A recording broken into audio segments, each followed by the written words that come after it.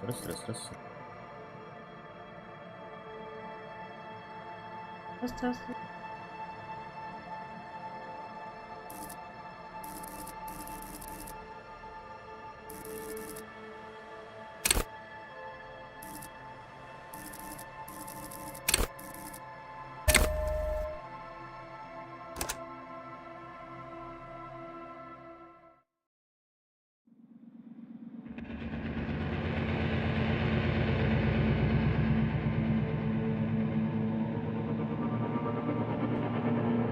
There is nothing. Only warm primordial blackness. You're conscious ferments in it. No larger than a single grain of malt. You don't have to do anything anymore. Ever. Never, ever. Never, ever, ever, baby. An inordinate amount of time passes.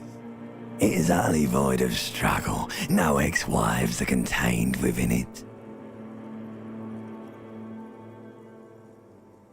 Yes, it is.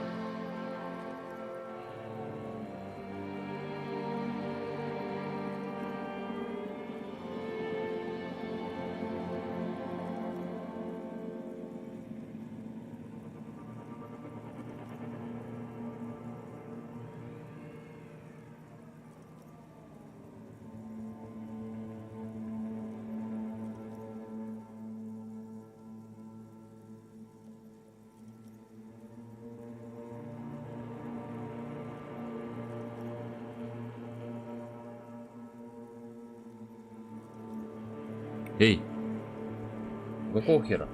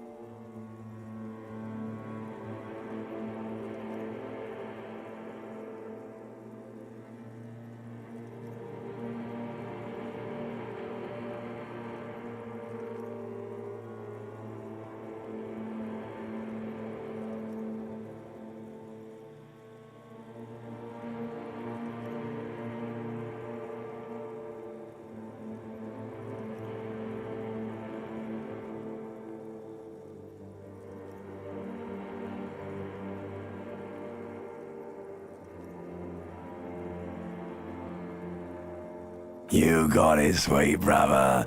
Nothing upon nothing upon nothing.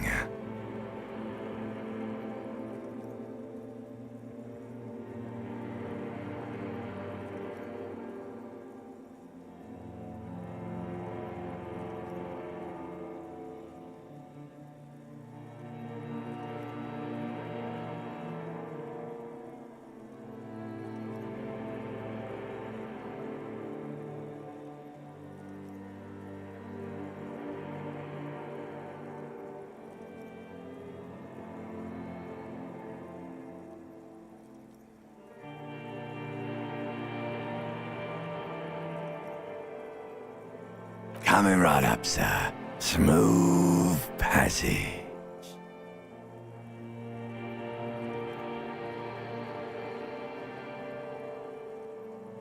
Do you really? You wouldn't like it if I told you what was back there. Why'd you think you had to bludgeon yourself into oblivion? Or did you not sense yourself marinating? Poured so much on yourself, got a bit carried away, did we, Chef? Fear and apprehension. You should ask what's out there first.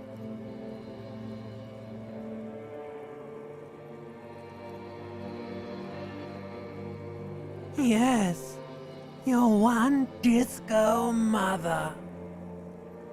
There's this giant ball there. And evil apes. And the evil apes are juking it out on the ball. You're one of them.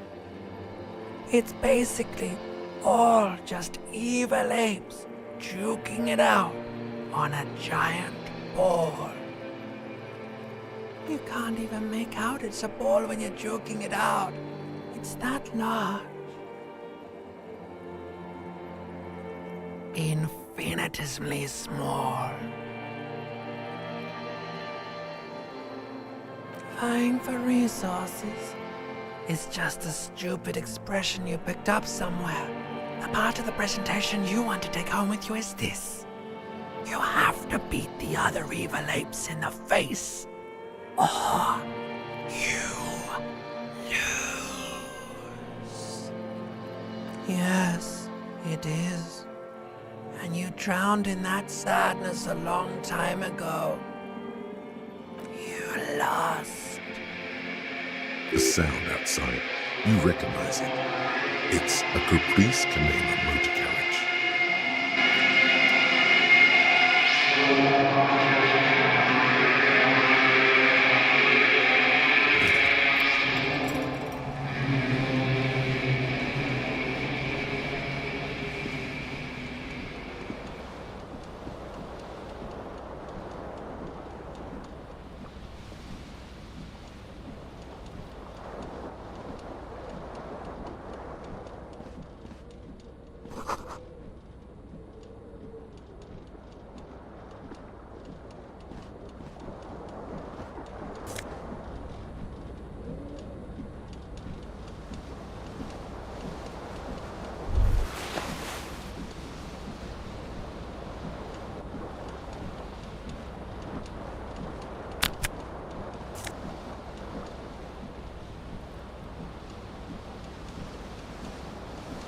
Вот это?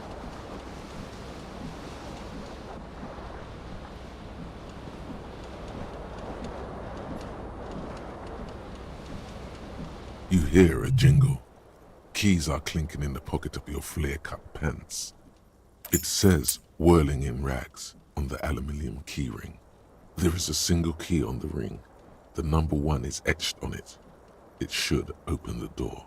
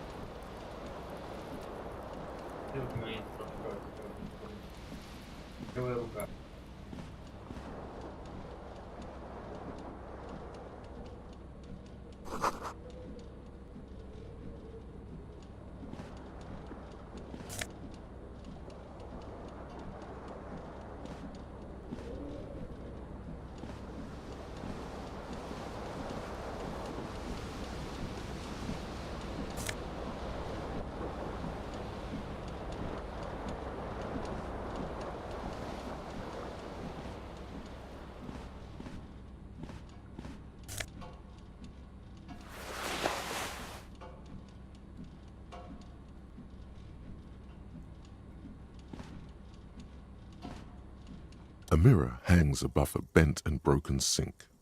In a fierce discharge of masculine energy, someone has ripped half the faucet off. Hot water sprays from the base and steam covers the mirror. You cannot see yourself, just the outline of a man.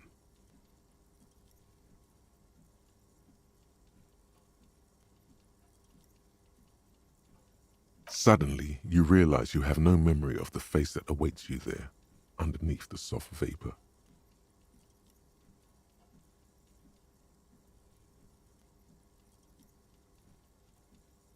As you slowly reach your hand toward abort, you clearly have not thought this through. You won't like what you see there, and you will never unbecome it.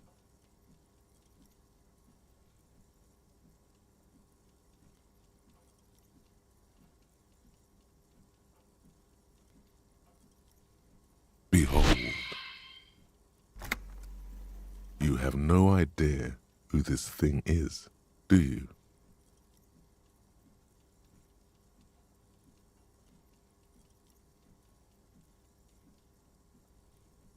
It appears you're also dead. There's clearly rigor mortis on your face. Oh wait, is that an expression? Are you trying to make an expression with that face? Why?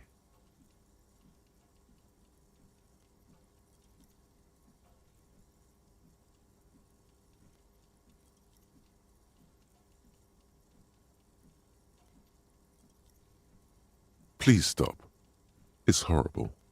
You're scaring yourself.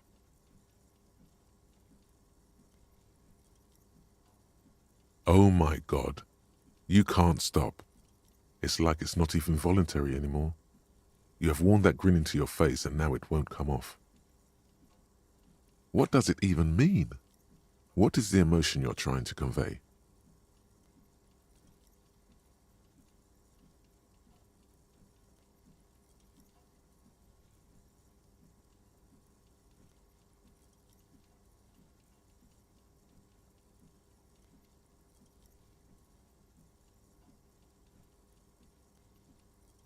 You should check yourself for a pulse, superstar.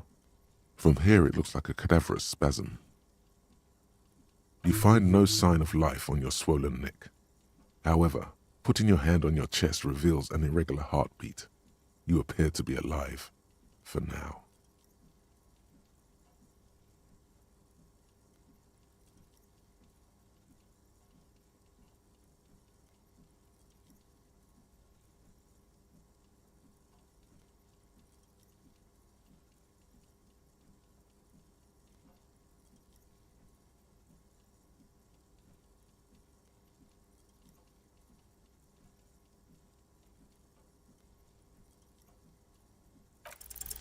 It belongs in the new, the third decade of the current century. Enough time had passed from the failure of the revolution that, for a fleeting moment, free market economy seemed like the ultimate, uncontested way of life for our species. Things were good. It was smooth sailing. People made gold and champagne-tinted interiors and facades to suit the times, calling this the new style. But more importantly, disco happened. For Revachol, your city, that meant only one thing. Guillaume le Million. If it doesn't rhyme, you're not pronouncing it right. Out of the dazzling swirl of disco music, in an open-air boîte de nuit, somewhere in Revachol West, Guillaume's blonde mane appeared on the screen. He sang some bullshit. Then he made the expression.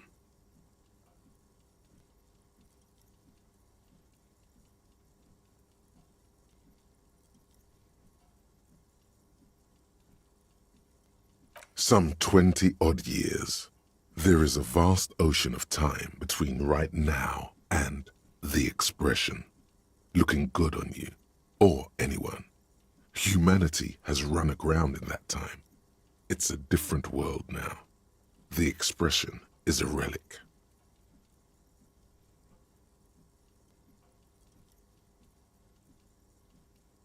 You have some understanding of the near history of disco. The rest is darkness, aside from the useless fact that the motor carriage outside was a caprice canema. It doesn't have to be. You can swoon over Guillaume and his champagne-corked smile whenever you want to. Maybe some of the stardust will return.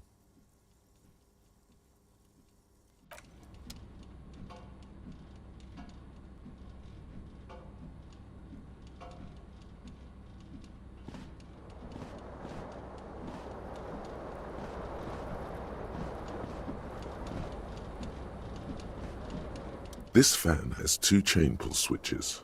One ends in a tiny fan, the other in a light bulb. A truly horrific necktie has somehow attached itself to one of the blades.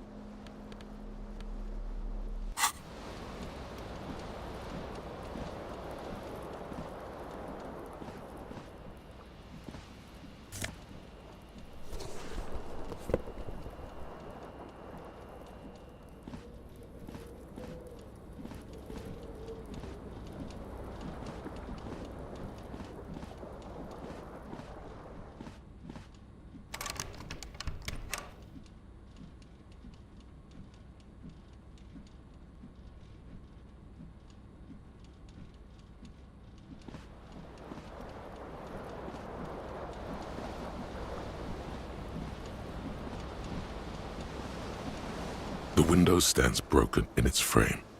Cold wind blows in. The shards face outward. Whatever broke this window came from the inside. A fine web of scarring covers the back of your right hand, but none of it is recent. More likely a projectile than a held object. There are no fragments on the floor from pulling a tool back in after impact.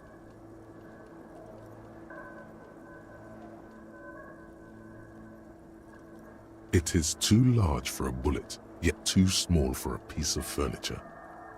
The single green shoe you found fits the hole almost as well as your foot. It would have also been heavy enough if thrown with force. Congratulations, you smashed the window with your own shoe. Now you only have one. If you're lucky, you could still find the other one on the balcony outside. The door to it should be outside your room. A cool wind gushes in. Your toes curl up from the cold.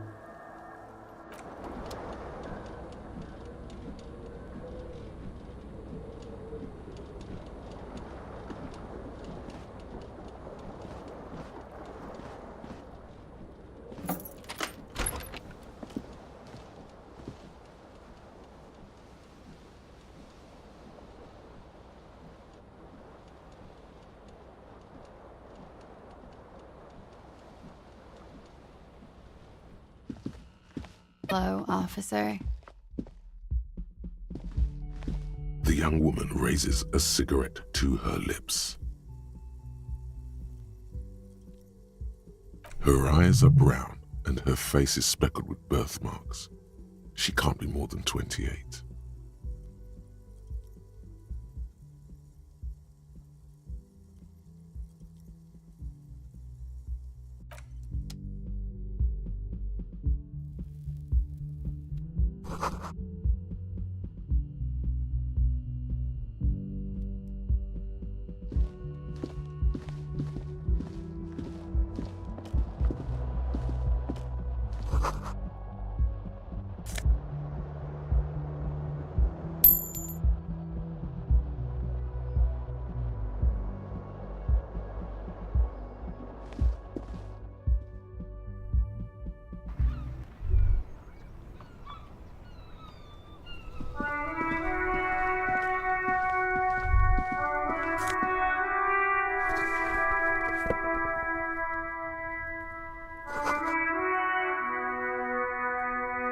There they both are, two identical shoes, both copiously green and indiscriminately snakeskin, like two baby crocodiles.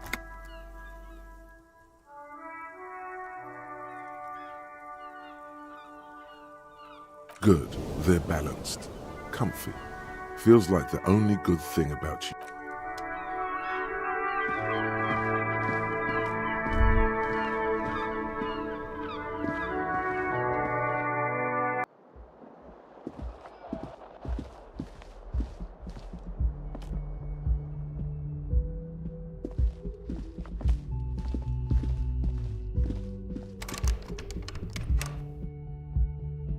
Officer? No. Because you're a police officer, sir.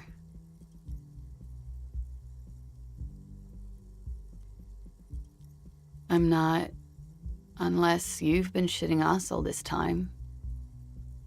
You've been here for 3 days, on official police business, no less. Couldn't say.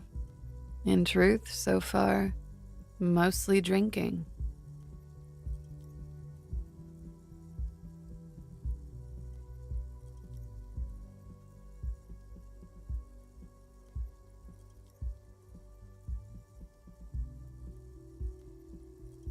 Could it be because of the drinking?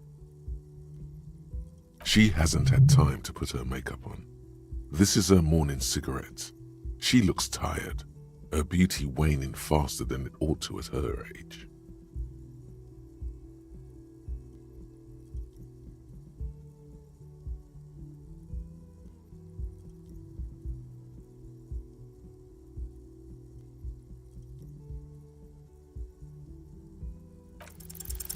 The words have already left your mouth.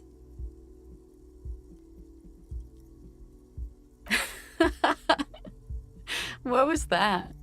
That's not even how words are used. What did you say? Come on, say it again. No, you see, that's not what you said. You said... Come on, man. Pretty, please. One more time.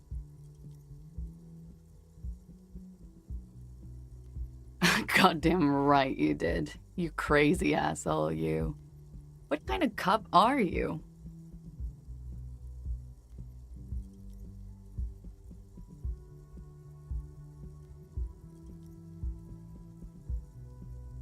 Has the time come already?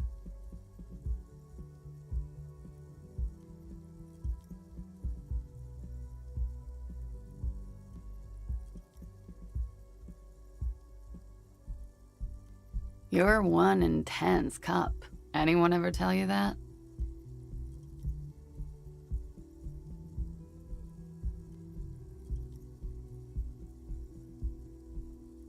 All right, then.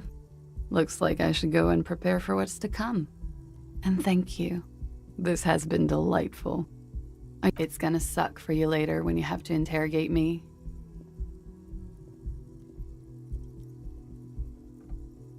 And for the record, no, I didn't do it.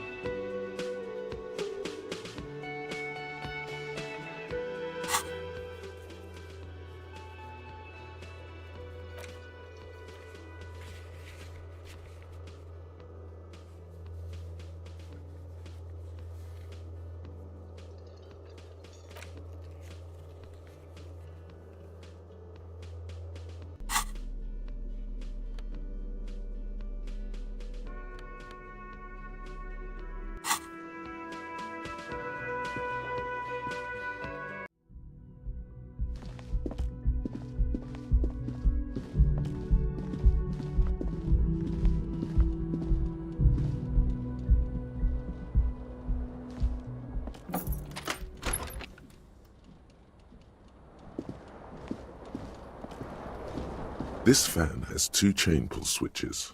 One ends in a tiny fan, the other in a light bulb. You reach out to grab the tie, but what's this? Diffuse radiating chest pain. Doom. This is bad. Feels like sharp stones grinding in your chest and keeping you from moving. For quite a long time. Still ongoing. Now, finally, the pressure recedes. You find yourself covered in cold sweat and trying not to move, hoping it would. You know what you should do. You should stop the fan and then try again. Do it if you want to die. The stabbing pain in your chest is telling you you're hanging by a thread here. A terrible mistake. Turn the lights off immediately. You can practically feel the photons burning a hole in your brain.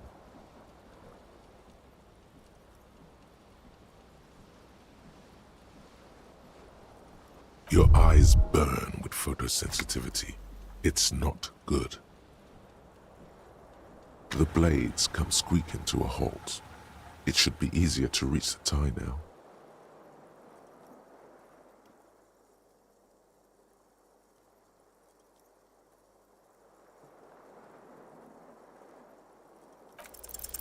You swoop up and catch the tie.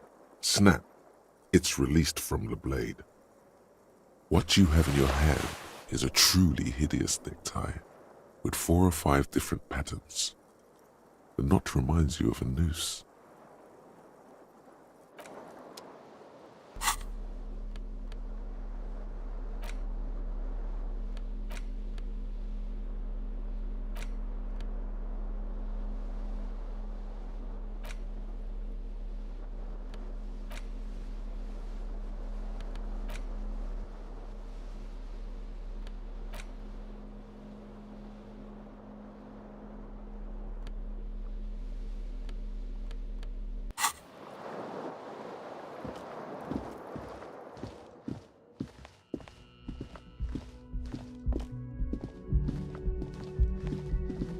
door is closed.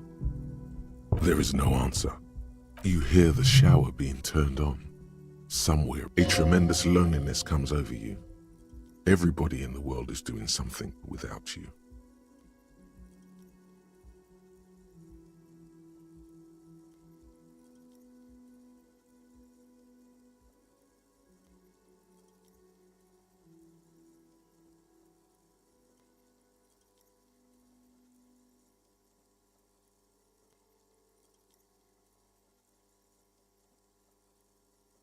The door is indifferent to your loneliness.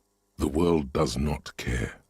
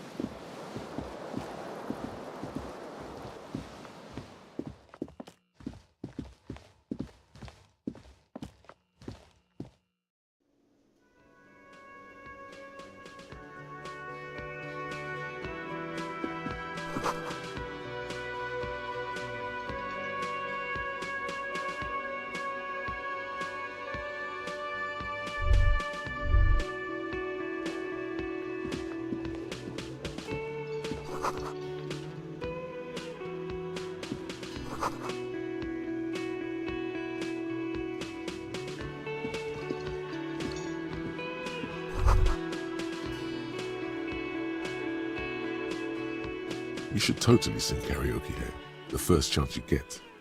Your emotions need to be expressed. People need to know your vast, oceanic soul.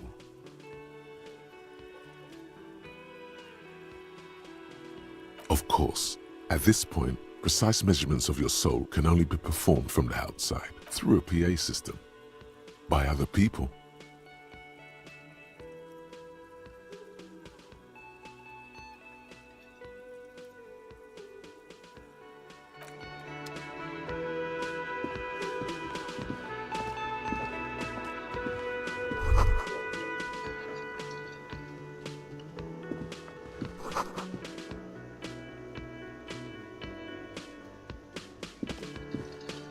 A man in his late 20s stands behind the counter, inspecting a stuffed seabird. As you approach, he gives you a sideways glance, then looks down again. That was disdain in his eyes. Even now he's purposely ignoring you.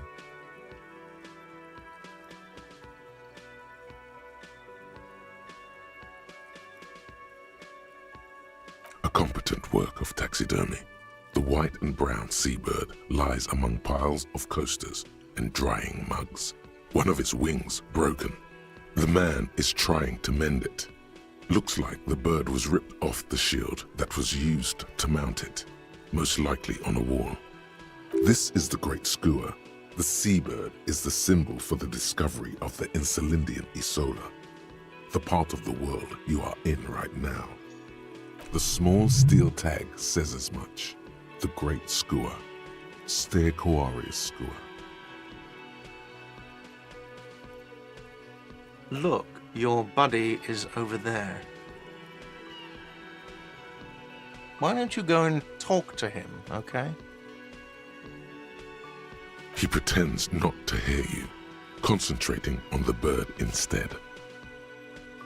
Oh no, you're a hero. A real hero cop. Could the massive property damage upstairs have anything to do with this?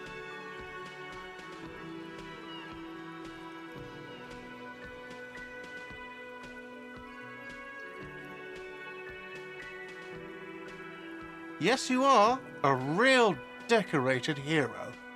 What did you not do? First you took the body down, then you solved the murder, then you didn't trash my hostel room. Maybe you even negotiated the strike.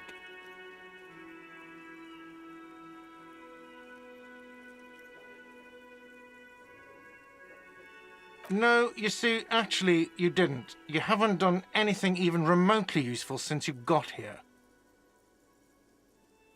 No, I haven't seen you around. I'm not always here.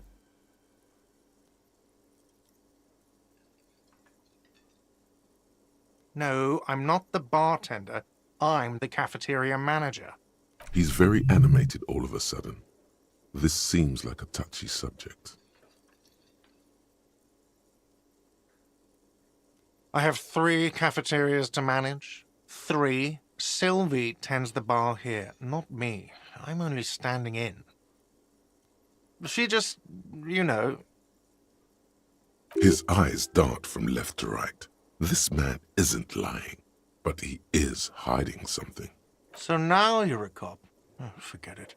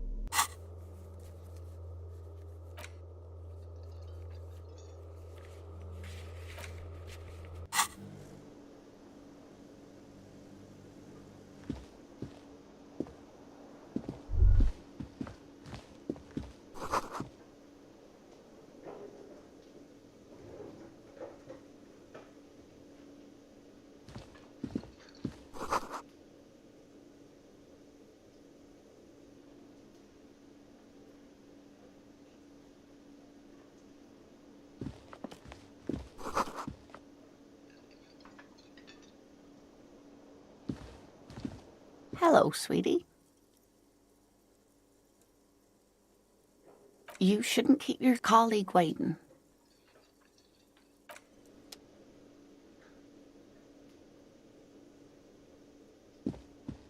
A bespectacled man in an orange bomber jacket is tapping his foot on the floor. Looks like he's waiting for someone. As you approach, he narrows his eyes and extends his hand in greeting. On the sleeve of his bomber jacket, as well as on its back, are the same enigmatic white rectangles as on your blazer. Hello, I'm Kim Kitsuragi, Lieutenant, Precinct 57. You must be from the 41st. You realize he's waiting for your name.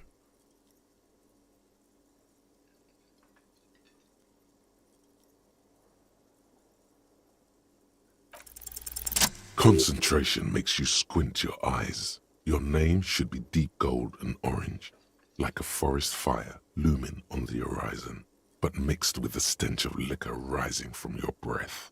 You're 2 steps closer to it, but there are still many to go. Okay then. It looks like we had a little scheduling error on Sunday. Saturday too, actually. Have you had... What he means is, he has been trying to meet up with you for 2 days, but you have been otherwise occupied. If you don't mind, we should talk to him again. Ask him for a rundown of the area. Now that I'm here as well. I understand the scene is out back, right? It also wouldn't hurt to assure him the police are finally here. In full force, I mean. Have you mapped out the initial interviews?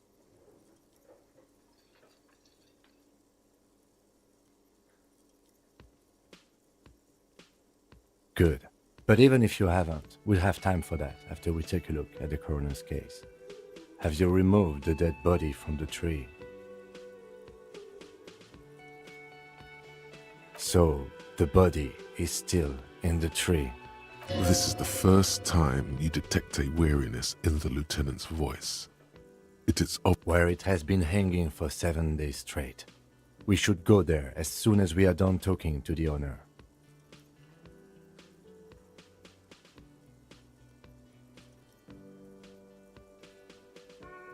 After you, officer.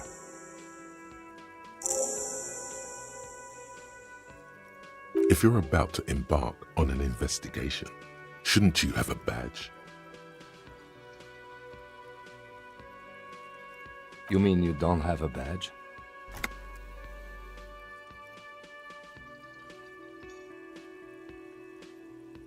Oh, if you didn't have your badge, then that would be very bad. You would need to report it on my shortwave. But since you do have it, we can go straight to the task at hand. Lieutenant Kitsuragi is now in your party. You can talk to him whenever by interacting with him.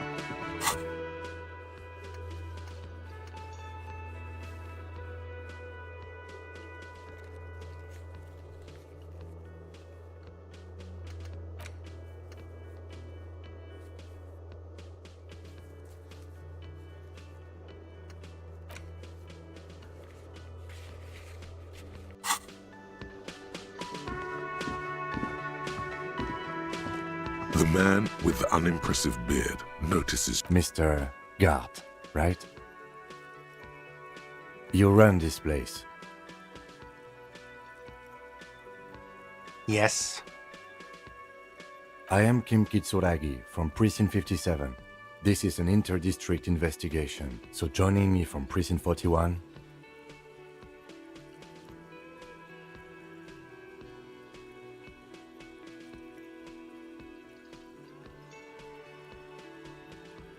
Right. Now, I know it took us a while to arrive at the scene. It also took you a while to call us and report the dead body. No, I only just got here. It was probably Sylvie who called you. She usually works the bar here. Do you have her number? As a matter of fact, I do.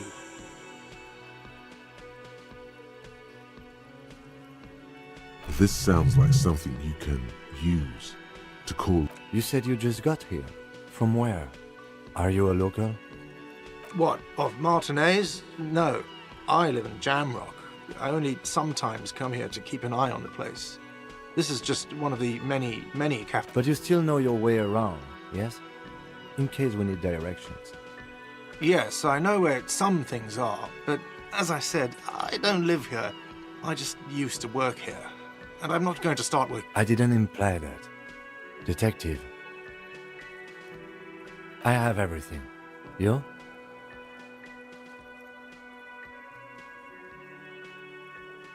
Yes, he means, do you have questions for me, like a police officer would? He thinks you're stupid, sire.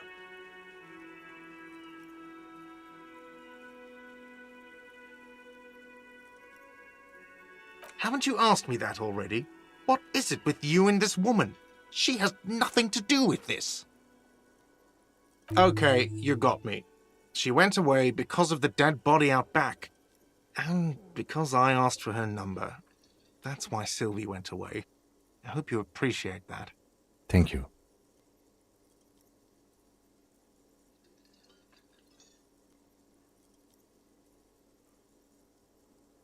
I asked an employee out. She didn't want to come, but felt obliged to. It was a bad idea. Now, what is so goddamn fascinating about that for you? It's got nothing to do with the lynching.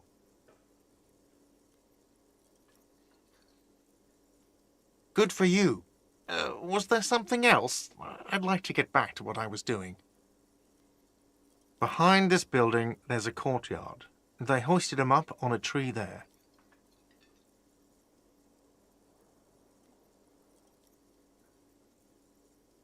That's easy. See that door there? First you exit through that. Then to your right, you should see a big hole in the fence. A really big one. You can get to the courtyard through there. No need for the keys. The hole is big enough for the Franco-Nigerian cavalry to fit through. I don't know who killed him. I'm not the police. That's... He doesn't know. He just said they hoisted him up on a tree. Who is this they?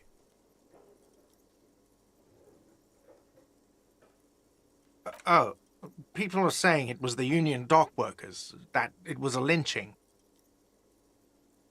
The locals, the customers, the people who eat here, a lot of dock workers eat here. Sylvie told me everyone knows the dock workers did it. Did the debarders themselves tell her this, or is it a rumor? I don't really know. You'll have to ask her. I would suppose it's because they have nothing better to do. You mean the strike? Yes, the strike. The man they hanged was a security guard for the harbour company, I hear.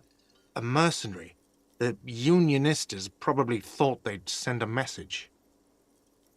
The lieutenant turns the page in the little notebook he's been scribbling in. Let's go. Not so fast. You owe me 130 real.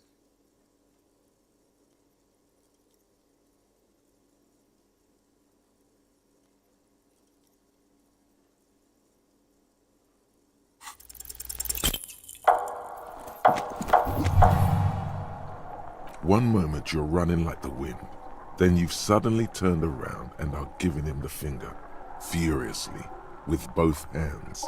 Why?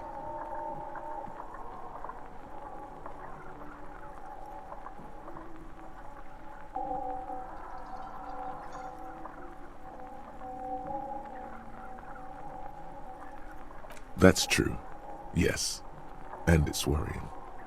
But let's not fixate on it. Look at that stupid bartender instead. He has no idea what's going on. You and your fuck you fingers floating in the air. Barkeep's got his mouth agape like an idiot. You showed him. Watch out!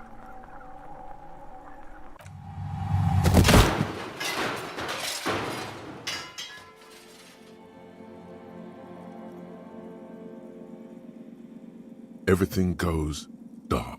Back so soon.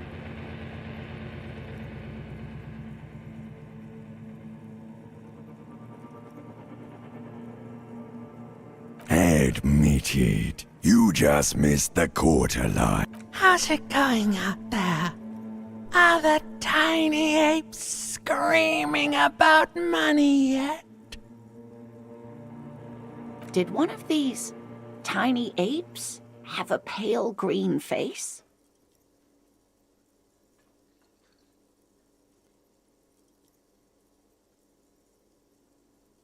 It's a joke, sweetie. I didn't actually think you saw the kind green ape of South Safra in a hostel in Martinez. That would be ridiculous. Are you okay? No, you have sustained a trauma to your lower neck. In addition, you have strained your left trapezius muscle. Pain surges down your back when you move. The chair took the brunt of it. Don't worry. Are you sure, ma'am? Yes, yes. Check on him. Sir, I didn't mean for this to happen. I'm sorry. This has always been a cop-friendly place. The drinks are on the house, okay? There were a lot of drinks on the tab. I still have to charge you for 3 nights and the broken window, though. He's shaken. Barter now and he'll cave in.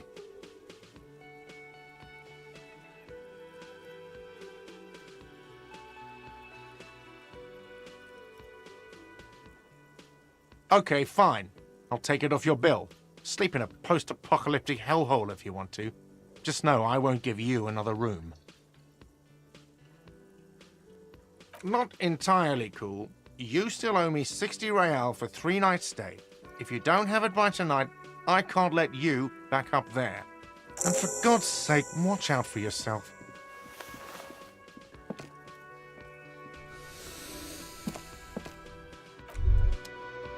By the way, where is home? The address is coming up blank, and this place sure isn't it. But you've been at this hostel cafeteria for only 3 nights. Where were you before? You had to be somewhere.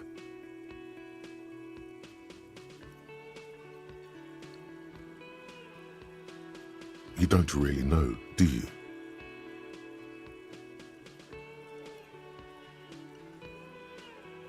A vague, blackened image doesn't sound like somewhere you can stay if you run out of money.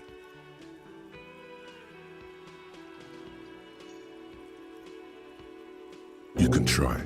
Run some addresses in your head when you get the time. Maybe a street or an apartment will appear.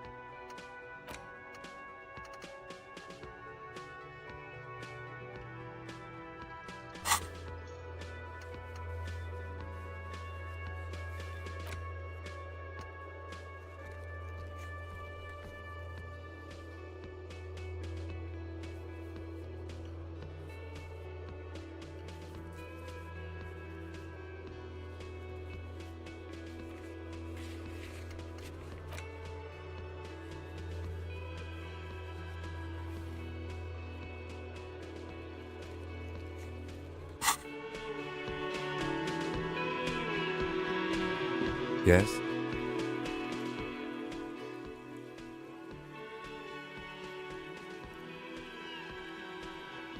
What do you want to know?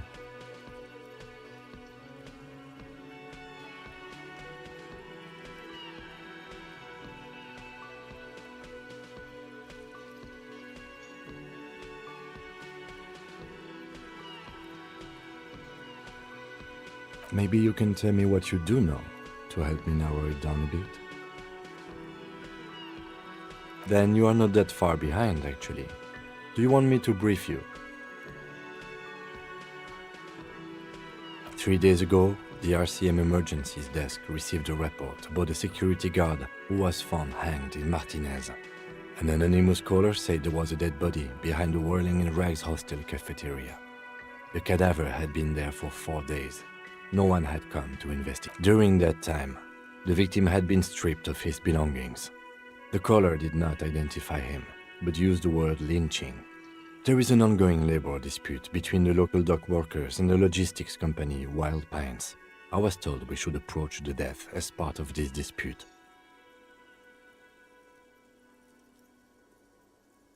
A security guard or worker of some sort hired by Wild Pines.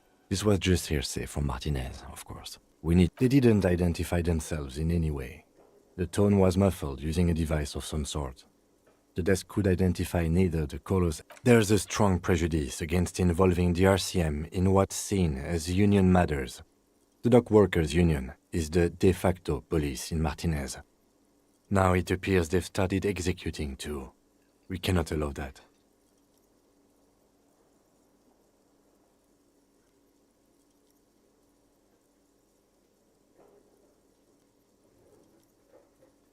That's us, the Revachol Citizens Militia.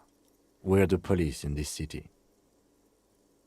The RCM, or the Revachol Citizens Militia, is the police force you and him are part of. A self-organized peace corps of the occupied city of Revachol. The RCM operates within a legal twilight, yet its authority is rarely questioned. It's super useful to know this. That's right.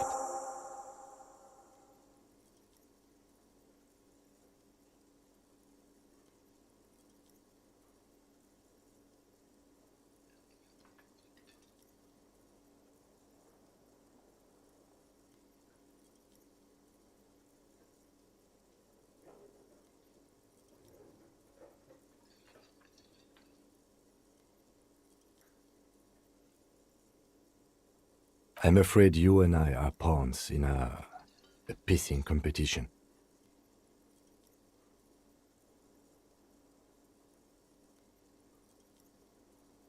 You don't know?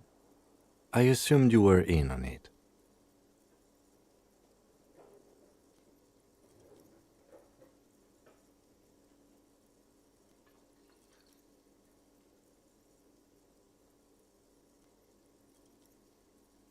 It's just stupidity.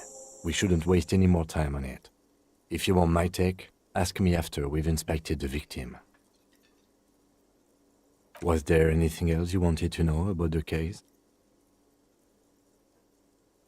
No, it's not a particularly mysterious case. The lieutenant adjusts his collar. It doesn't look like he wants the case to be more mysterious. Good.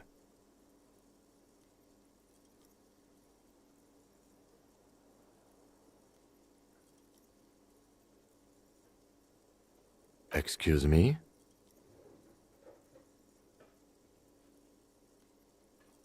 You have a distinctive way of walking. If I were to walk in front of you, we would surely collide. A moment passes. The lieutenant glances at the sports watch on his wrist. No response. He's having trouble processing it, believing it even. Have you tried concentrating on something other than your personal... There is a sudden, harsh edge to his voice, like he's tired of hearing about your personal affairs.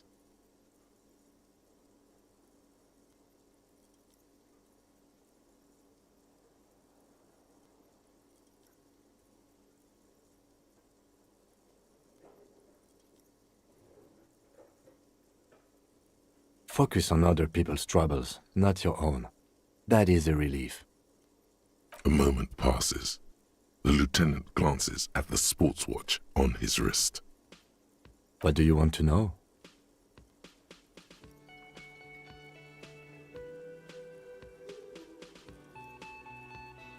Good.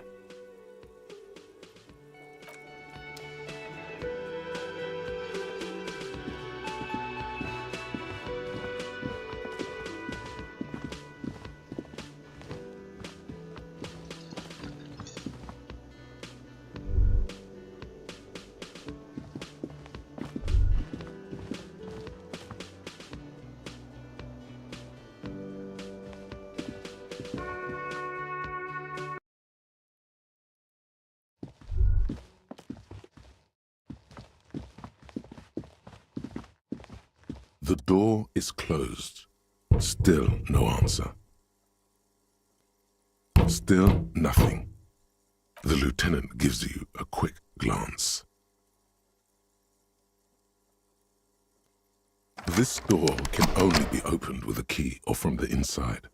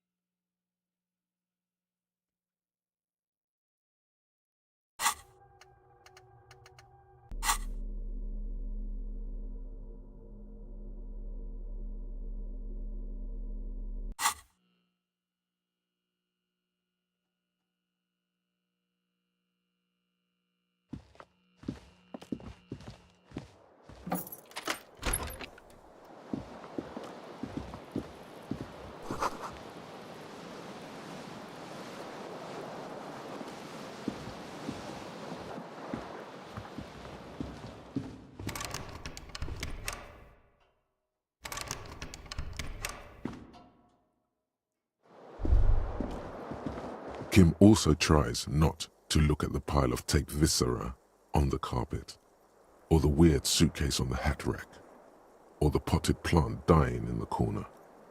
But it's all just too morbid to ignore. The man is finding it hard not to trip on the tape, and not to send any of the bottles rolling across the floor.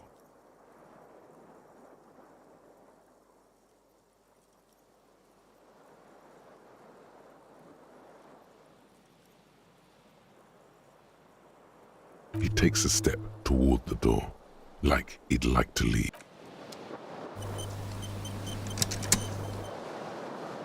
The bed is cold and not particularly inviting, but it's yours. The option to go to sleep becomes available every night after 9 p.m.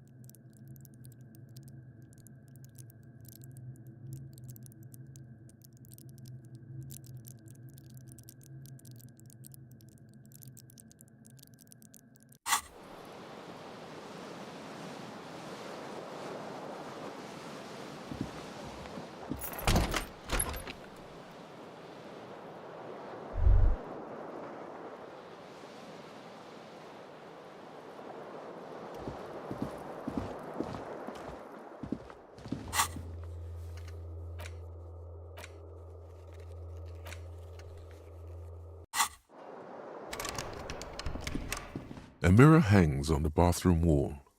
In it, your face, adorned with the expression.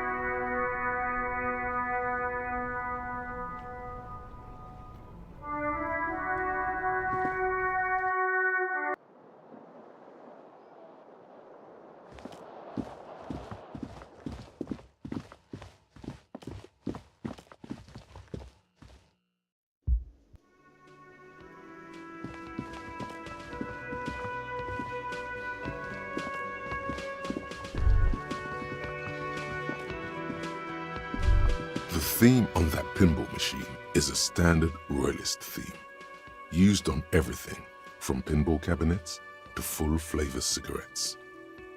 Clinging to a picture book version of the past century, the contemporary periods.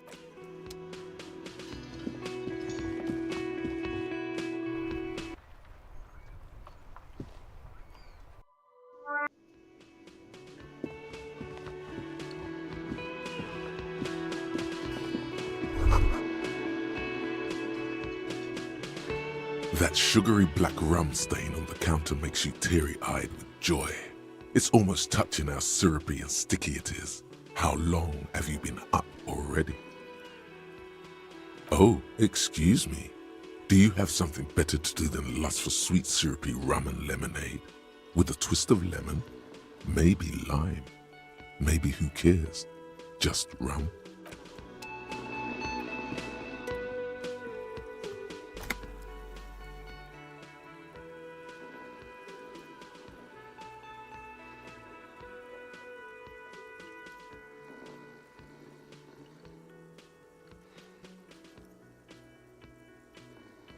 A colorful piece of plastic is dangling from his carabiner.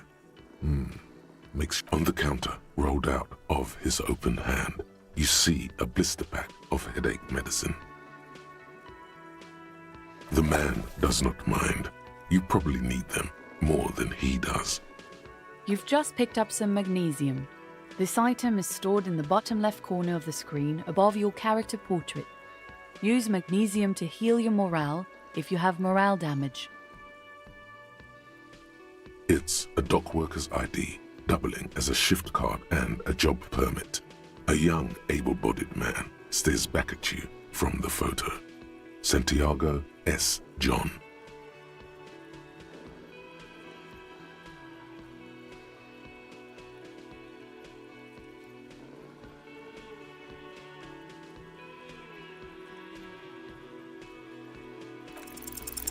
There is only one way to wake this bone idol from his slumber. Roar like a hurricane. Rip the buildings from the earth.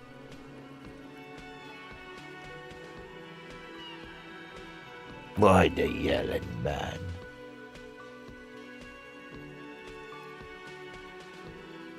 Looks like a Sow descendant. A lot of Sow dock workers around.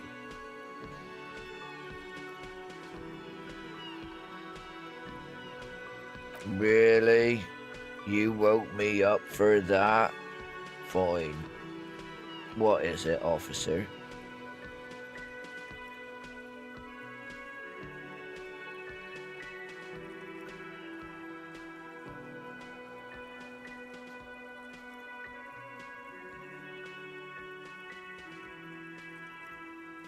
Yeah, what about it?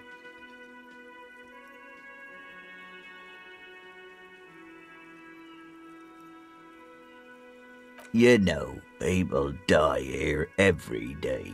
Someone's found in a ditch, another one falls in a manhole. If someone has decided to die on top of a tree, then how is it my concern?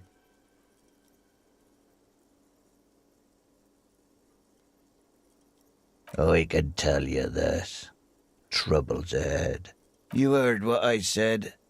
Draw your own conclusions. That's all I know.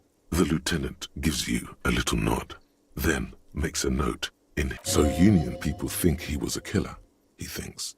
Even sleepy hair. This doesn't help a lot, but it's something. Good work, detective.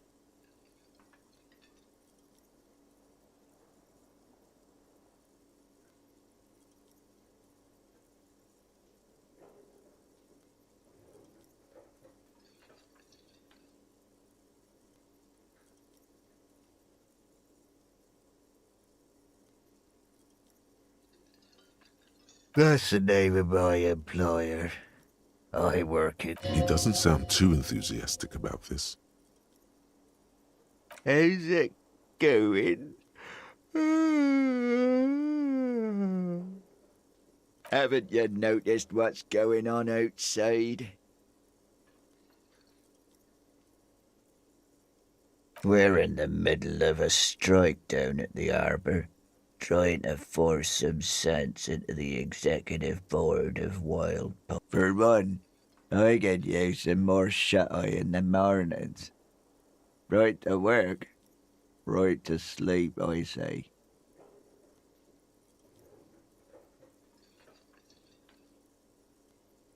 We are the workers, the union.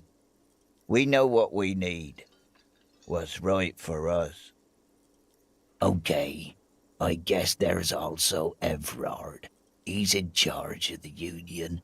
He's smart, knows how to negotiate. He's got our back. They got it. Majoret's got it. He's guarding the gate. I'm just getting some sleep. Or was. Thank God, no.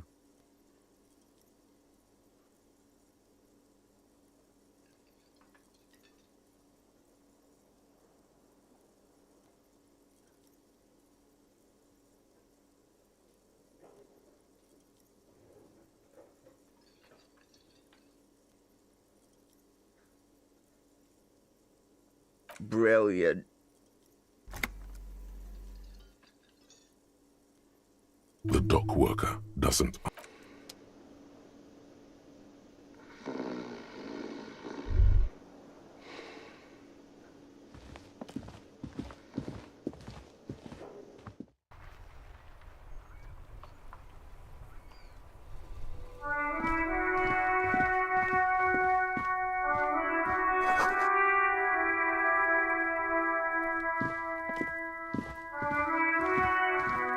You see a set of tire tracks in the brown slush that covers the plaza mosaic.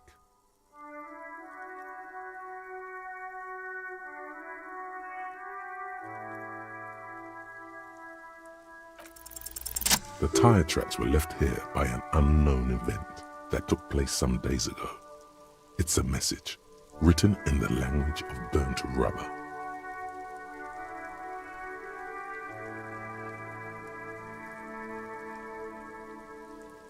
Some of that rubber stuck to the tiles right in front of the whirling in rags. This is point A. The driver started there and then accelerated straight into the fence, left a hole big enough for the Franco-Nigerian cavalry, according to the cafeteria manager. The driver proceeded to back out of the yard, barely stopping before hitting the adjacent building. Before heading south, must have been in a hurry.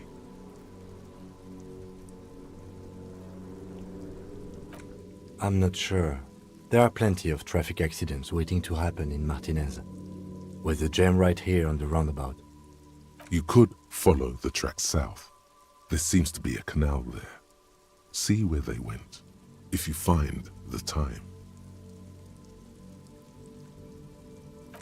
You are correct. This is a rather motor carriage-friendly city.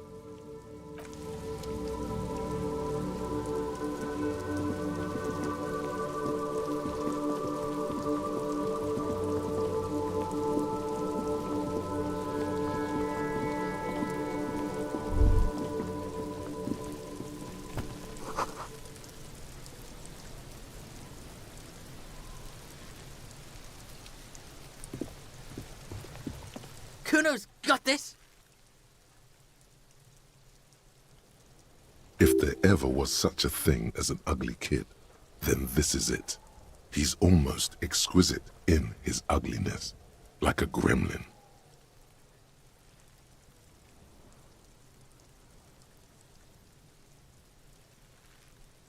Oh yeah, Nappa Gumpy, Kuno!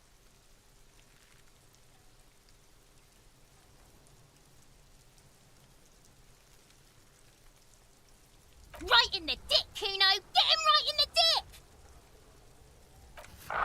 Love it in the dick! The boy is sweating profusely. His eyes are like two black holes and his jaw is twitching as if trying to break free from the empire of his body.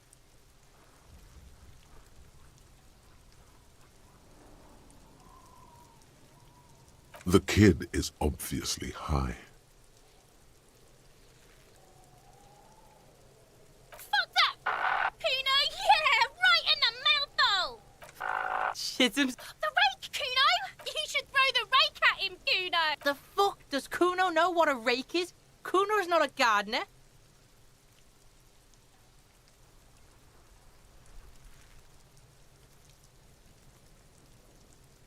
We shouldn't do anything. I don't tempt such forces. You will see. The language these kids are using, pure unfettered id. There will be no reasoning with those creatures.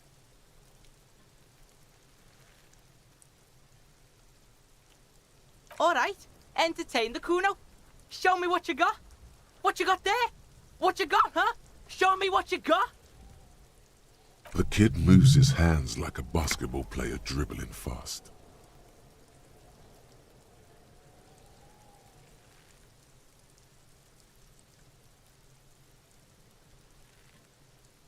Kuno's Kuno, pig?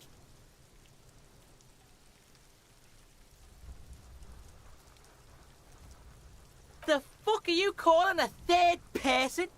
Kuno... Watch out, Kuno! He's trying to fiddle you! He's gonna put his hands on you! Help! Pig's got Kuno! Help! He's got the Kuno, help! Everyone can hear.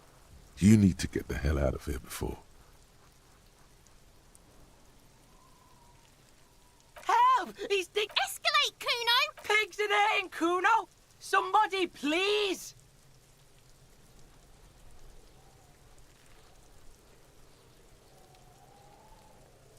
Look. For emphasis, a ghost is saying this. A shit-eating psychopathic ghost with an ace up his sleeve. I know you wanted to hit me. You got that, I'm gonna fuck that Kuno up look. The Kuno's dad gets. The murder look. The rage look.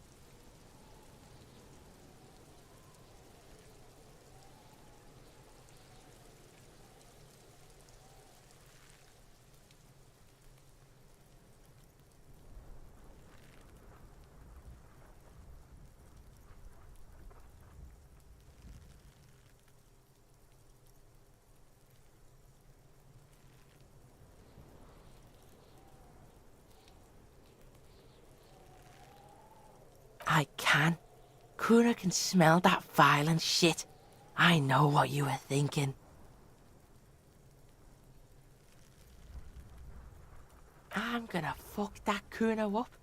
I'm gonna shut his shit. You're nothing! You're a joke to Kuno! Kuno laughs. Kuno turned you into his prison, bitch! You're gonna be in this shit with Kuno! No, you're not. We can just leave. Bitch, you're gonna be in this shit! A peepo is a type of hat, by the way.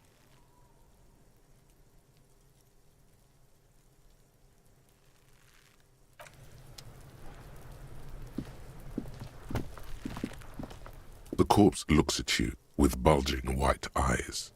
The face around them does not look human. It's swollen and ready to burst. His lips are fish-like and his tongue like a ball gag in his mouth. You seem to be holding your breath. A cargo belt twists his neck at an unnatural angle. The body below appears stiff. It's letting out an ungodly rot. The smell seeps in even through your clenched nostrils.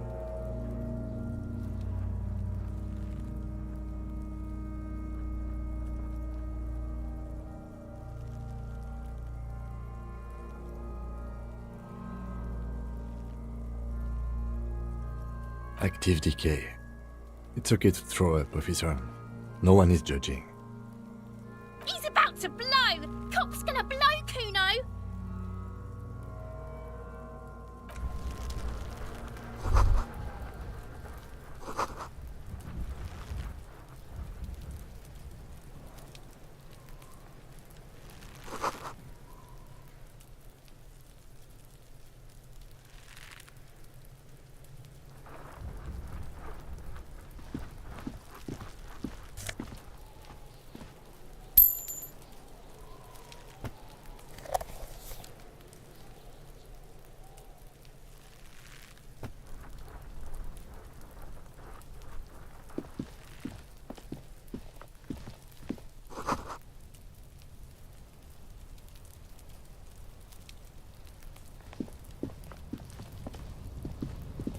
An inconspicuous pile of the roofing material, eternite.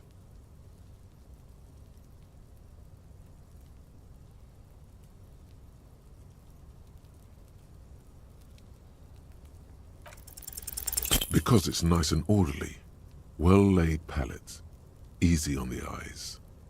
Rhythmic pattern calms your mind. It's nothing. Someone just left some roofing material slanted against an old shack. Glad you asked. When junior research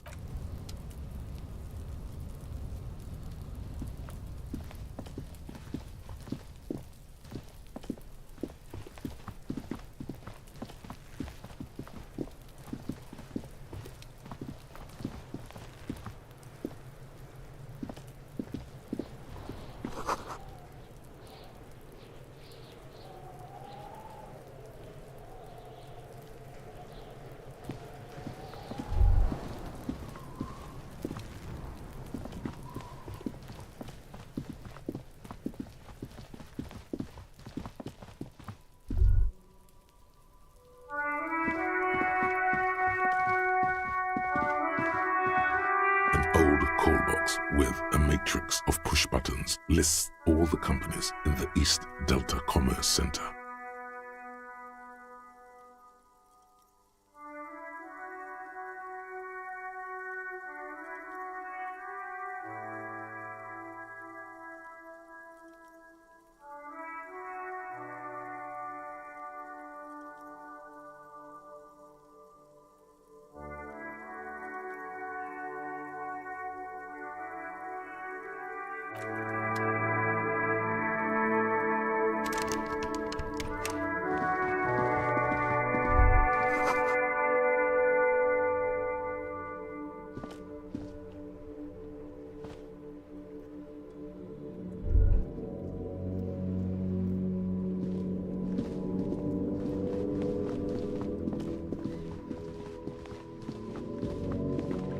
Hello, sir.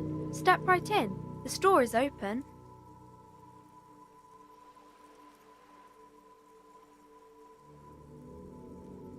Are you interested in a new and exciting book?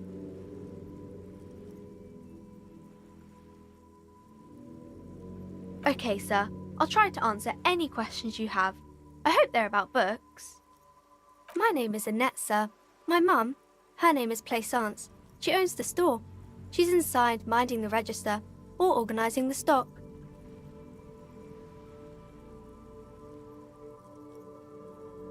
Feel free to step in and browse our wares.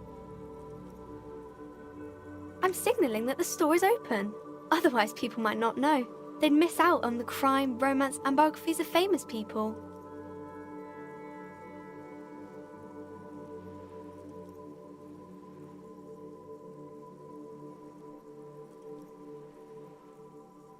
Thank you, sir. I'm happy to help Mum out with the store.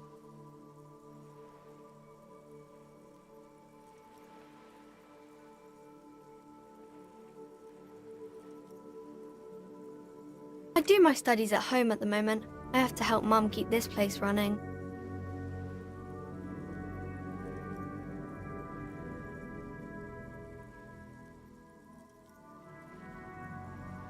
School? Well, mine is a big yellow building on Boogie Street. Mum says it's necessary to do both because it builds character. Mum says a proper worker... There is stress and unease behind these words. She's reciting etiquette. Mum says it's peachy. She was a little afraid at first. There's talk about this house being cursed. Cursed in the way that makes them say that no business has ever really thrived here, sir. That they all go...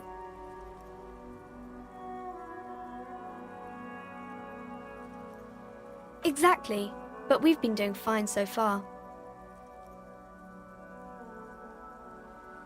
We can go into the bookstore and ask about the case. Yes. Please do also look at our wares inside. The postcards and board games are there, sir.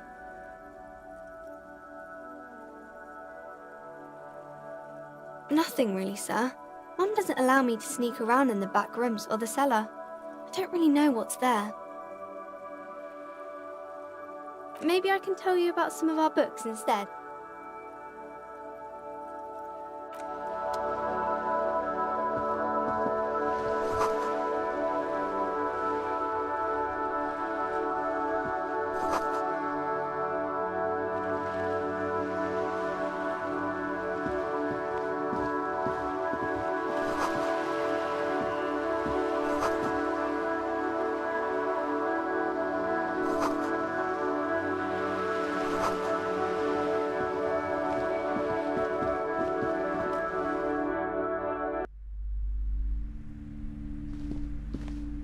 Welcome to Crime, Romance, and Biographies of Famous People.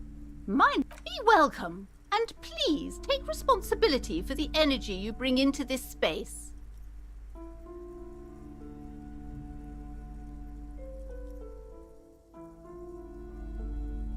I am the proudest owner of our little shop of culture.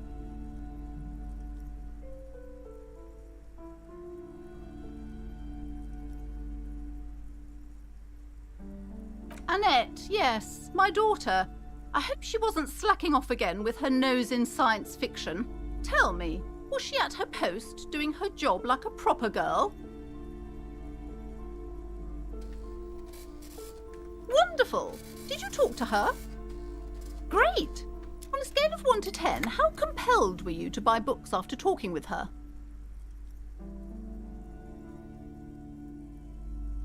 Come now. It's not personal.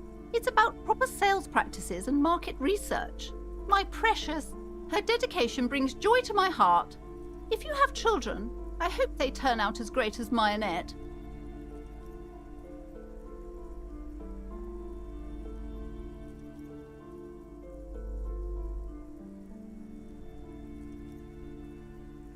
The woman before you scans the store, her shoulders rigid and tense. Every now and then, she nudges her glasses.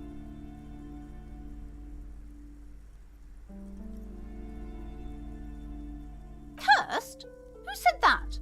Annette? I will have a word with her. This place is not cursed. It has a... What in God's name is she talking about?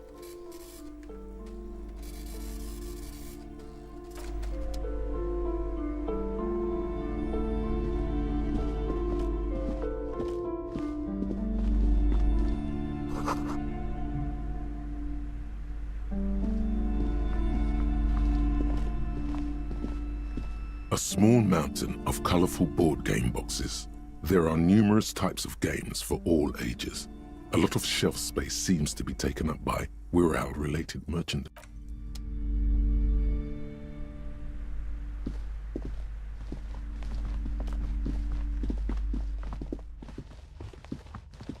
You see a set of tattered curtains blocking the way to another room. A strange cage-like trinket dangles from the curtains. Excuse me, officer. The back room is strictly for employees only.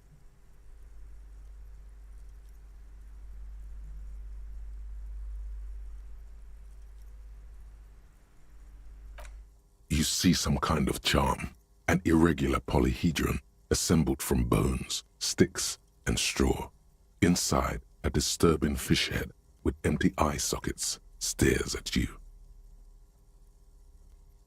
This is a traditional Seminese ward, meant to provide protection against ill luck, bad dreams, curses. Inhabitants of Île de Fantôme, the Seminine Islands down south. Aside from poking at it suspiciously, there is nothing else to do with the fish head charm at this time. The curtains remain shut before you. Nothing. Now please go back to browsing the books. Don't you feel compelled to look at the books? She speaks almost as if she's trying to put a spell on you, urging you to buy more books. Oddly enough, the more she tries to draw you away from the curtains, the more alluring they become. Just as you're about to pull apart the curtains, the petrified voice of the shop owner cries out, Sir, don't touch that. I told you it's off limits for the customers. Parapsychologically speaking, we're done if you decide to open them. I won't be held responsible for the consequences. She looks away, mumbling. Why is everyone always messing with the curtains? Why can't they just buy books like normal people?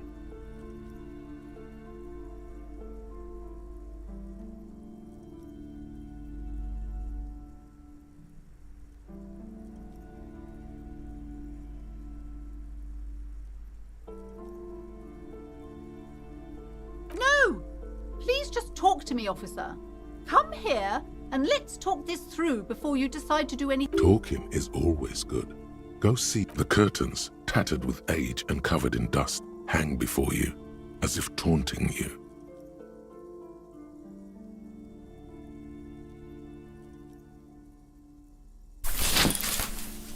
You see a dimly lit room full of dusty furniture and trash. A doorway stands in the back, covered in dozens of scary little Seminese wards, your shadow looming over it like an omen. I warned you, you're unleashing forces beyond your understanding.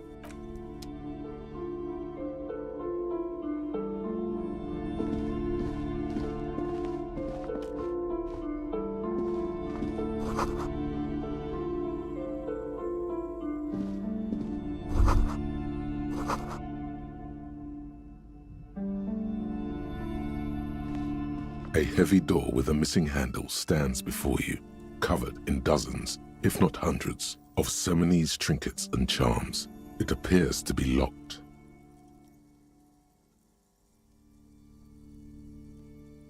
Only an echo. No one is there. A hollowed-out, dark echo.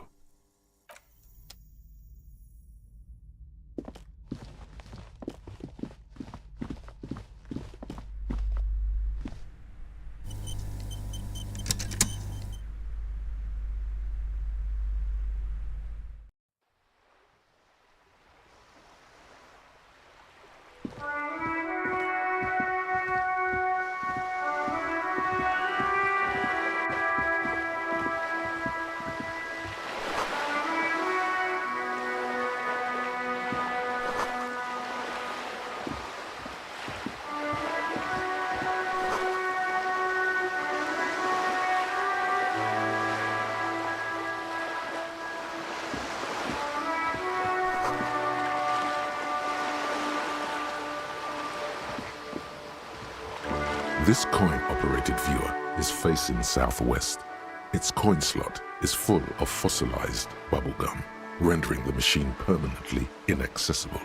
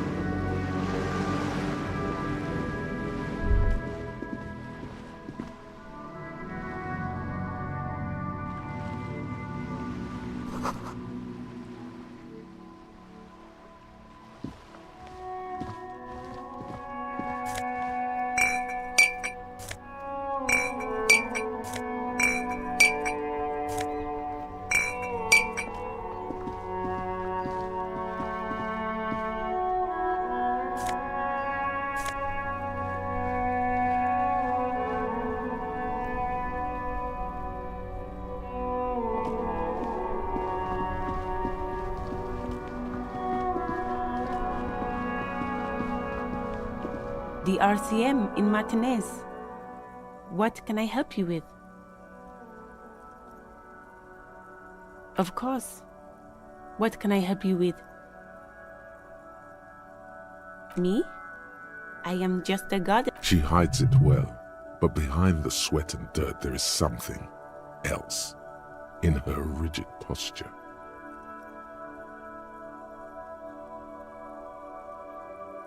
I am working. I have a greenhouse in the yard there. I've been trying to get some work done. Well, as you probably know, there's a corpse hanging from a tree there. It smells pretty bad, so I... Don't worry, miss. We are here to clean it up. You can get to work soon. Mm-hmm. Thank you. My head is about to explode from all... Salts? Ammonium salts. Perhaps useful for later. Of course. Where to?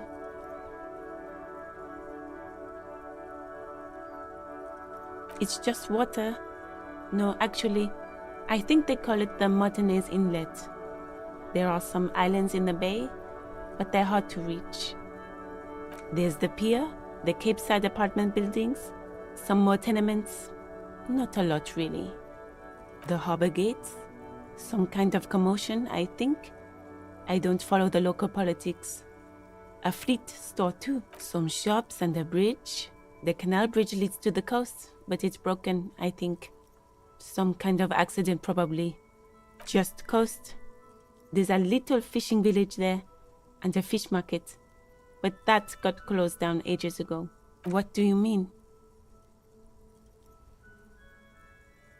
We're in Martinez, sir.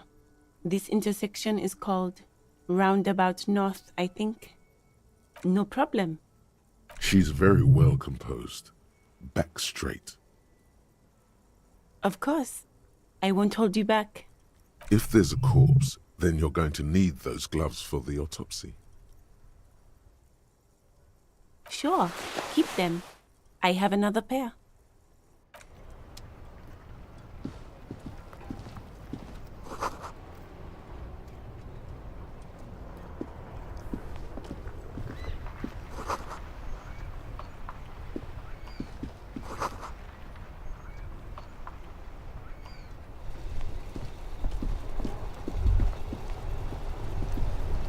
Before you stands a motor carriage. The bodywork is covered in blue and white livery. Vapor emanates from the large engine on the back of the vehicle. It hasn't had time. This must be the infernal machine, that toy from oblivion. The Caprice Kinema motor carriage.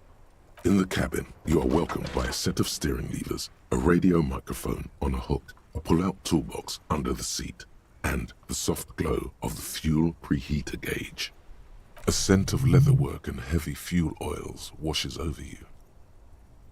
The frequency tableau lights up, and a green button labeled Prime Line glows like a feline. The soft purr of electrical kittens. Radio waves cast. This is Precinct 57. Hello, Lieutenant. How may I assist you? Hello, Alice. Please assist our colleague from the 41st Precinct here. Operating the radio is easy. Just be confident. You've probably done it 1,000 times.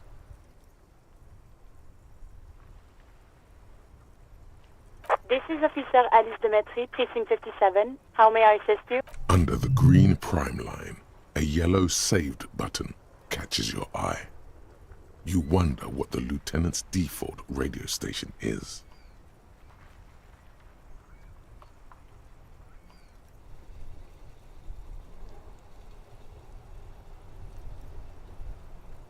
Of course. What is her number, officer? Yes, hold on. Her number is 005 1944 298. Received. Hold on, officer.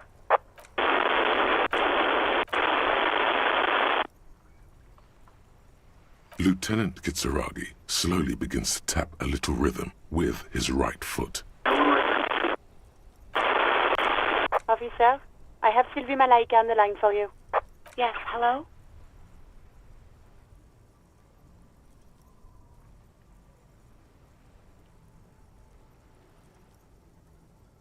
Oh, right. Hello, officer. What can I do for you?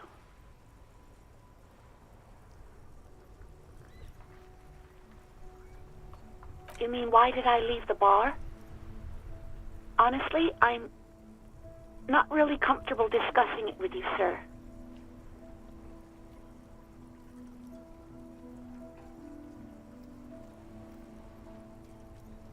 What? No, why would you even think that?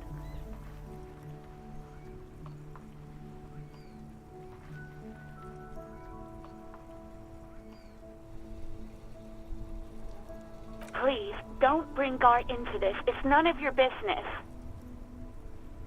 God, why can't you just mind your own business? She mutters. I already said I don't want to talk about this. You're messing everything up again. No, not me.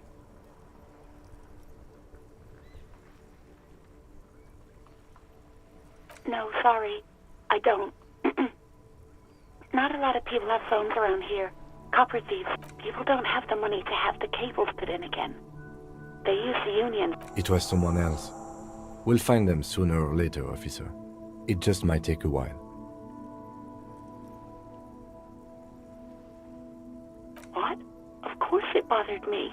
But I thought the union already knew about the corpse. No one calls the police. The union would get angry. You know, what the union says goes. People listen to them and they take care of their own, which is like everyone here.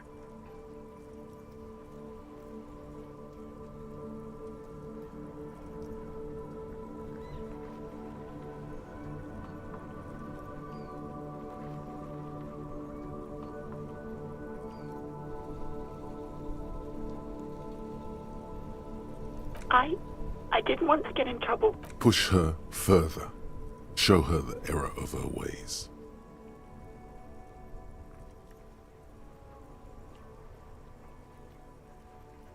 The other people who live around here. Local people, You don't live here. You don't understand. Squealing is frowned upon here. Everything is dealt with. Please, I just didn't want any trouble.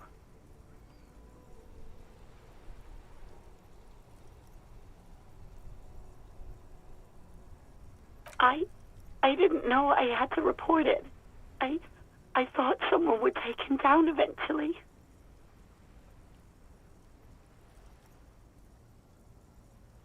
Yes, I know.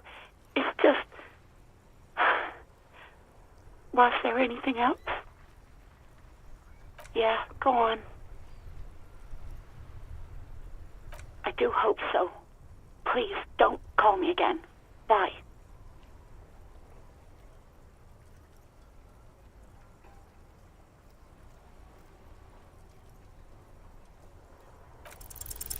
Yes, you have obviously done something to upset her at the Whirling in Rags, when she was still working there. I'm not mad, it's just...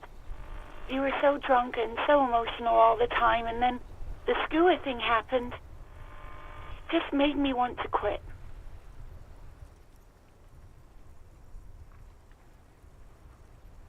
The stuffed bird, the great skua. You threw it against the wall while screaming, "Fuck that bird," and I think you said it had been giving you shit ever since you got there.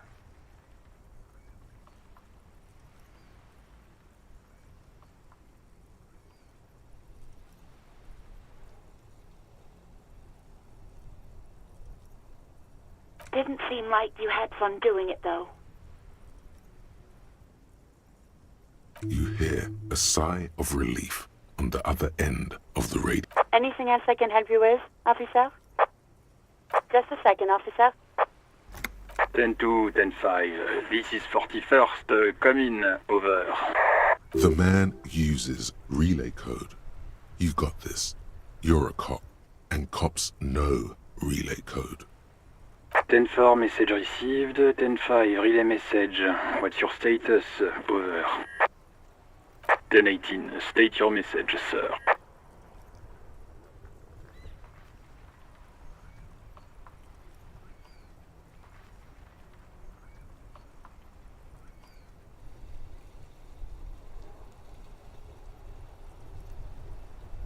But you said... never mind. 10-9, over. 10-4, message received. This is a very serious situation. Is it him? What does he want? Says he lost his badge and needs to report it. He what? He lost his badge?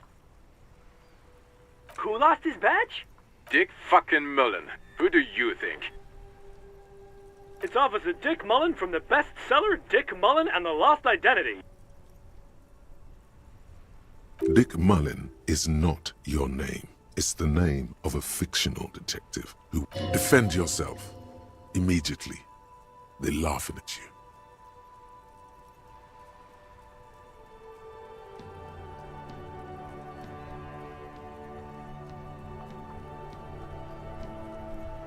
"10-4, I hear you, officer. I'm just going to make a note here that you are in pursuit of your misplaced badge. Over."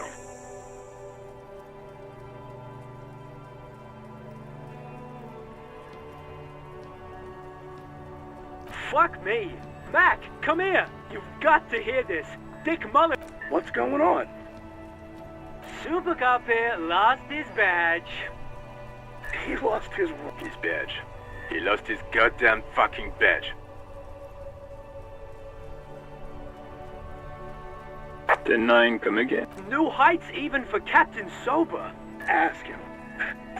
Sergeant Orson wants to know if you lost your gun too. Over. Check your pockets. Check your... Holy fuck. You don't know where it is, do you?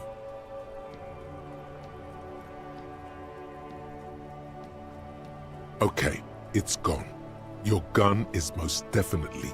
10-9, come in, officer. Did you get my question? We were wondering about your gun. Over. Lying over the phone? It's easy. Just say it like it's the truth. He says he didn't. Thank God for that. Losing his badge is bad enough. Tell him to find it and We're all glad to hear you've not lost your gun, officer.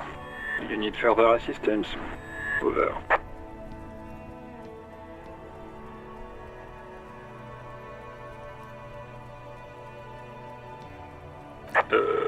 Okay, 10-4, sir. Wait. Before you say anything stupid, think it through. Be smart about this. Ask if he's there. 10-4, sir. I'm not hearing your question.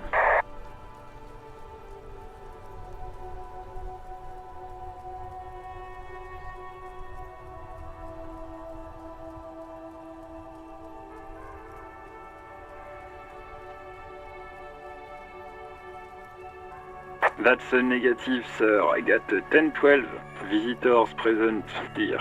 Over.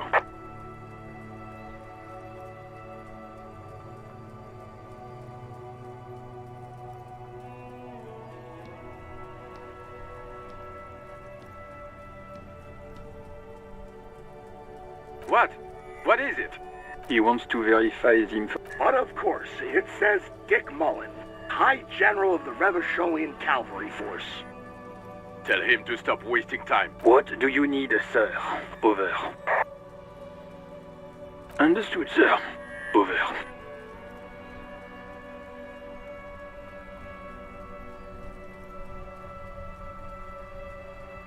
Ten-4, I hear you.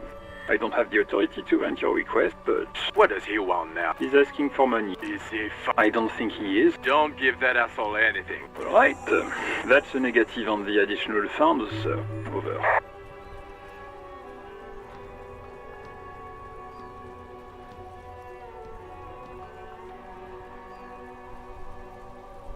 Anything else, sir? Over. Roger that. 10-10. Over and out.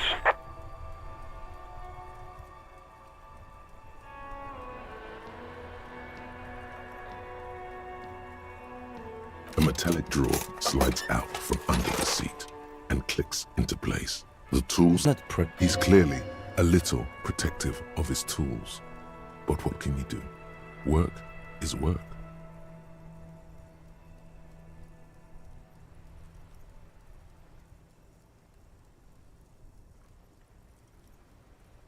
The pry bar feels nice and cold in your hand. Useful for opening all sorts of doors and lids. The handles are... You can do... It's robust. Lets you see things in... The pull-out toolbox slides back into its nest. The white suede feels luxurious under the touch. And the metal... As you tap on the gauge, the indicator pin jerks as if... There's no use pressing the hit button. Translation. We're not going in alternative translation.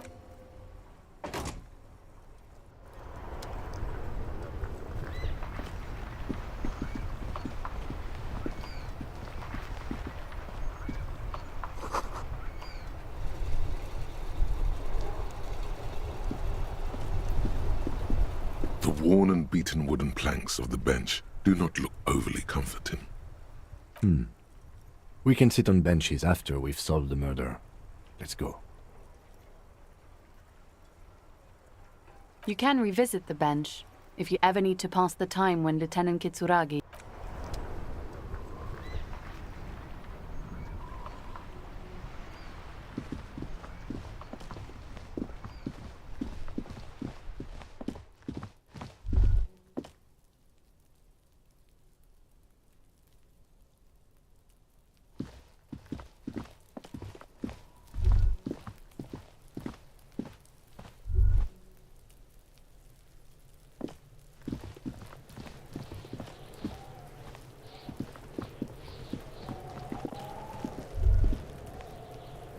This trash container is locked.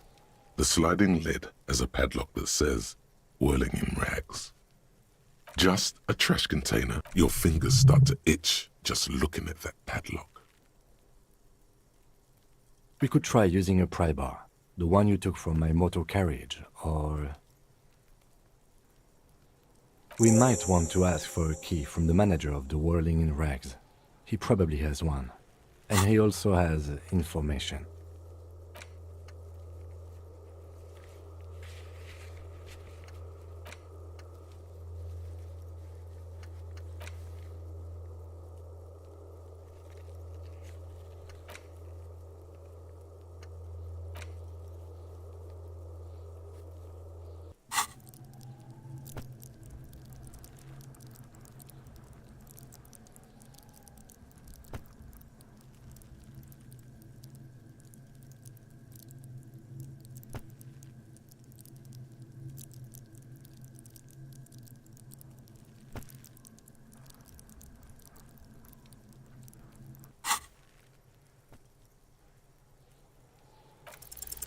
No matter how strong you think you are, this is really not something you should be.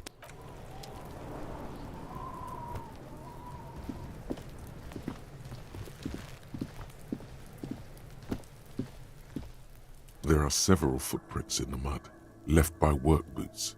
Anywhere from 6 to 12 pairs have walked here. What do you think you are? A super detective? You're hungover. These are just dents in the mud. No pattern emerges for the time being. Heavy workers' boots with reinforced toes and hobnails all over the yard. Isn't this something an industrial worker would wear? Noted.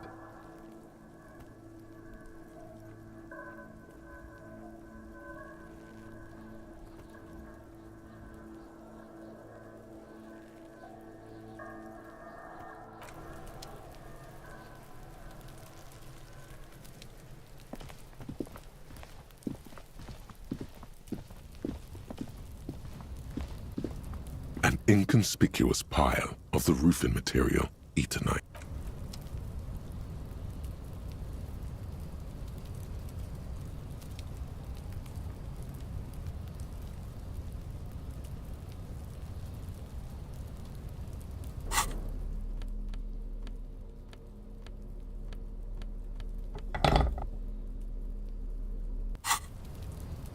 An inconspicuous pile of the roofing material.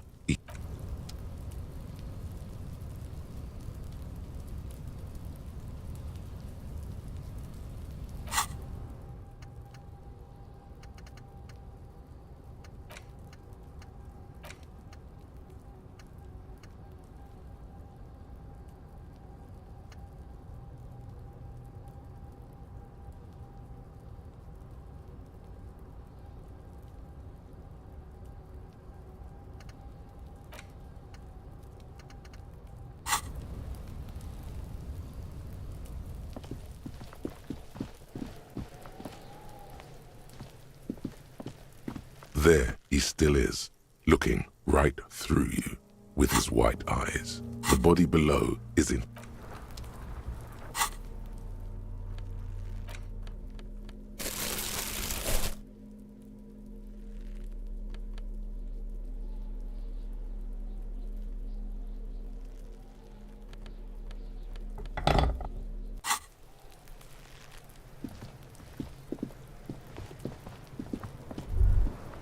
This trash container is locked.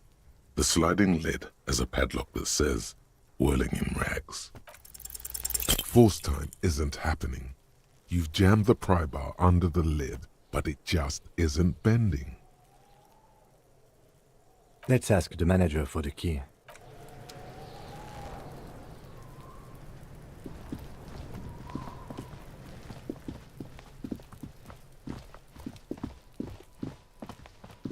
The tracks are as they have ever been. A bit more worn, perhaps. Fortunately.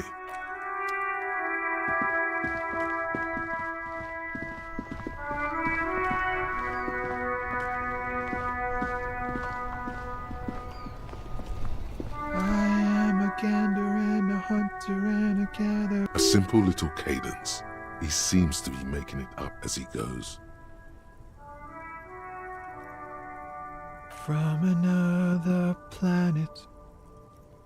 Hey, that's the jam, my man. The air from the east is thick with the smell of crude oils, heavy metals and other byproducts. It's a traffic jam for the ages. Meanwhile, we're all stuck here in long-haul limbo for days upon days upon days. Upon days. Feels like forever. Like I was born on this here roundabout and this was all I ever knew. Just me and the metal and the tires, the oil and the fumes of mazout.